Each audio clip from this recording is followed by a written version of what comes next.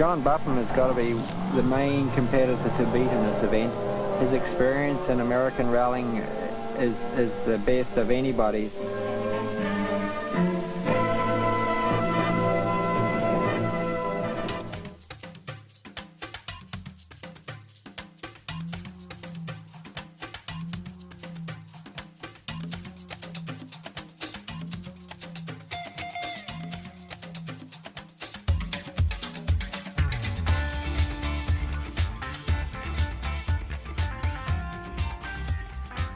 Well, when I was in the Army in Germany, I started rallying, and when I came back to the U.S. in the early 70s, there was no rallying, so I did some track racing. And from there, I had a Ford Escort racing, and we turned it into a rally car. And did rallies with that and a Porsche 911. And then rallying started to get some interest in the U.S., and Triumph called me, actually, through another party and said, would you drive our new car, our new TR7? So that took me to 4 good years with Triumph.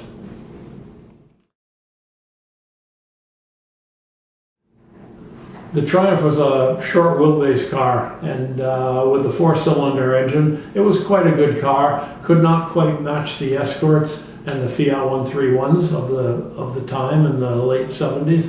But when they put the V8 engine in it, then it became a force to be reckoned with, especially on asphalt. And the car was always fun from my standpoint because you could get it out of shape. You could slide the car quite easily. And back in those days, as opposed to nowadays, back in those days, sliding the car was not only fun, it was the best way around a corner on dirt. So the Triumph, especially with a V8 engine and all the torque, fit that bill.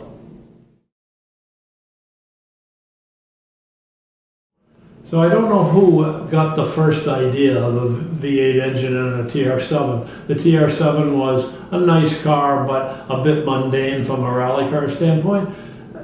I think the people in America needed more power in a car, so the Americans had the engine, which was an old British Oldsmobile Pontiac engine. And so they were the ones, I think, that said to British Leyland in the UK, hey, let's dump this V8 engine in the Triumph. And it may have been always on the card from 1977 on. They just started with a 4-cylinder engine. So that transformed the car for us drivers because it now gave us the power and the shape of things to come, as they would say in America. Yeah, my big competition back in the late 70s and also in the 80s, once Triumph closed, Rod Millen and I always had really good battles. He had an RX-7, which had 290 odd horsepower, and that's about what we had out of the Triumph. So both cars, rear-wheel drive, were fun to drive, and I think we each made each other better. You always need competition to make you better, whether you're playing golf or tennis or whatever it happens to be. And so for me, even though at the time Rod Millen and I knocked heads, he was good for me. Back in the day, when you're competing with somebody in a different make of car, it's always tough to be friends. So we were never good friends, let's say, back then. I think we admired each other and we appreciated what the other one could do, but it wasn't until we both stopped rallying or racing that we became more friendly, shall we say. And I've talked to him since, and I certainly hold nothing against him, and I think he feels the same way. There's 10 cars stuck in back there. Somebody can take that off.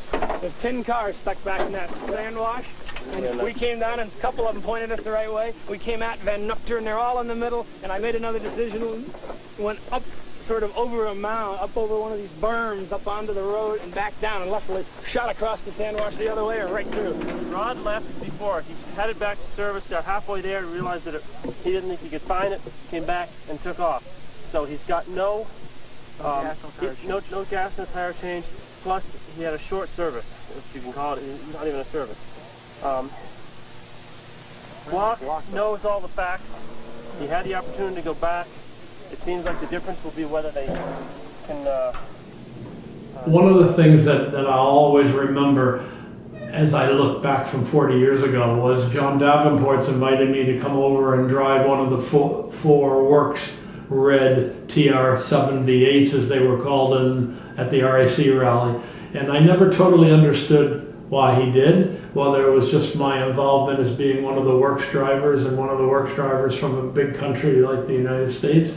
But I was very appreciative of that. And I always remember walking into British Leyland, which was in Abingdon, walking in and seeing this red car with my name on the side. That was hugely pat on the back. It's always hard when people ask you, well, what was your favorite rally? What did you do? What did you enjoy most about this competition you've had? And it's really hard because I've been fortunate to have a lot of different rallies in a lot of different countries for many different makes of cars. So to put something like that, well, what's the best of this? I can't really do that. I can more generally say that driving the TR7 and the TR8, being able to slide the car on gravel, that general experience is one that I didn't have before and I did not have after. Sliding the car on gravel is one of the best memories I have from the Triumph, and especially it comes from the V8. We changed the lower control arm, which we'd also bent, and got back in. The next stage we went off course because it was a marginal instruction, let's say. And then on the very long stage, we were cruising along about 120 down one of the real smooth roads, but we got launched off of a crest in the road, which I just didn't see, and we flew through the air. It was hardly the greatest of these, because we were doing like 100 when we took off, and we landed square on the front of the car, and the bumper fell off, the muffler fell off, the exhaust came loose, bent the steering rack, and bent the front strut. So we stopped for about 4 minutes to just sort of see if we could continue, and we trucked down to the end with the steering really tight, and then we replaced all the parts the next service. That was the Here we are.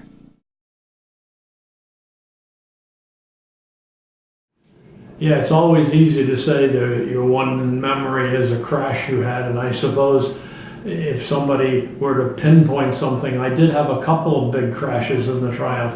One of them was when we were in Puerto Rico in 1977, and we started a stage on an Army base, and partway through they hadn't told the Army that we had closed the road, and I came around one corner and there was an ambulance coming at me, an Army ambulance, and we hit him on the passenger side front and destroyed the Triumph. Luckily we were not hurt.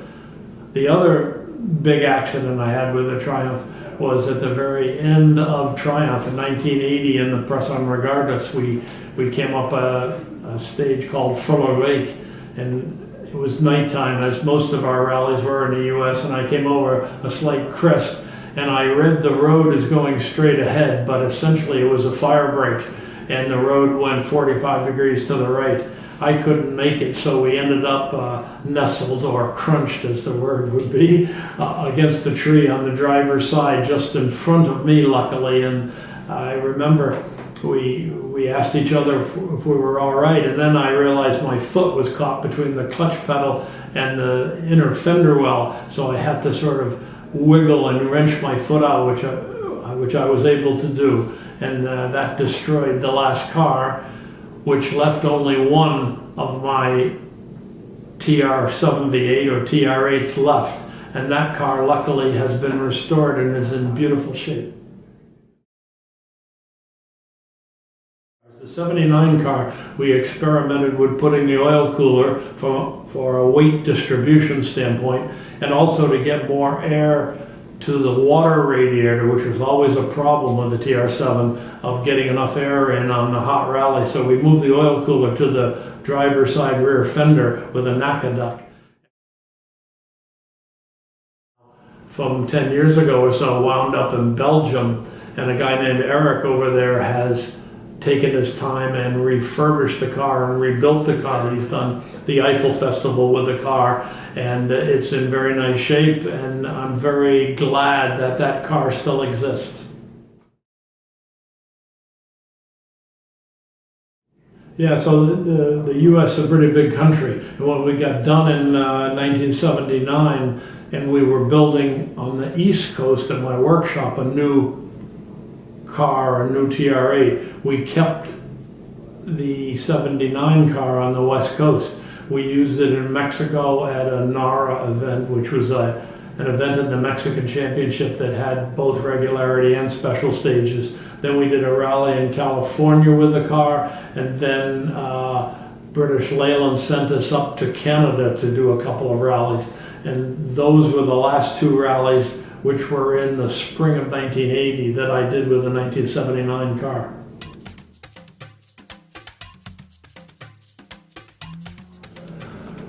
My friends and maybe some teachers, when I was in college and I started to drive cars fast, wondered how long I would make it in life.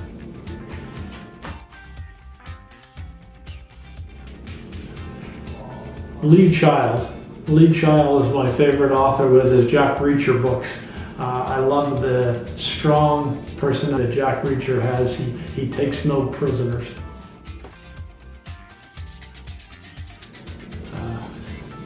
I'm not an angry guy. I very seldom get angry. I don't see that causes any good at all. I tend to be more low-key, I think.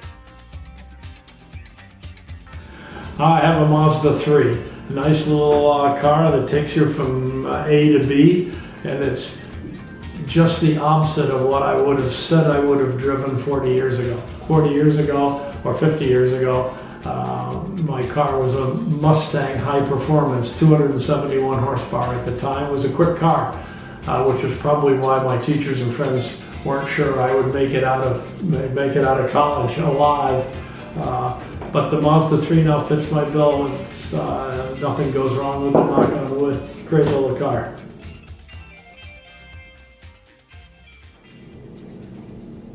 My record. People say, well, you've done this in the world, playing tennis or being in school, have a certain grade point average. Somebody else will say, yeah, but this happened, or this was why he did that.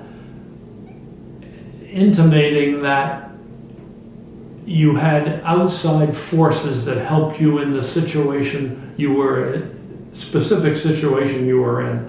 And I say back to them, which a couple of other people have agreed with me, is your record speaks for itself.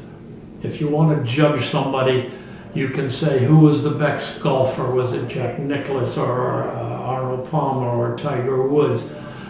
Or the best boxer? Things change over time. It's very difficult to compare people in different ages, but you can compare their record. And I say my record speaks for itself.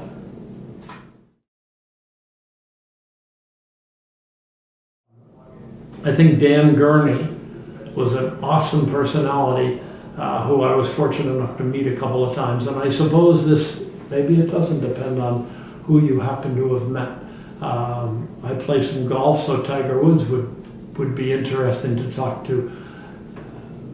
Having fallen from grace, I wonder what his take on the history of life is. And I suppose there must be somebody from a long time ago that I would like to see what they had to say. Albert Einstein,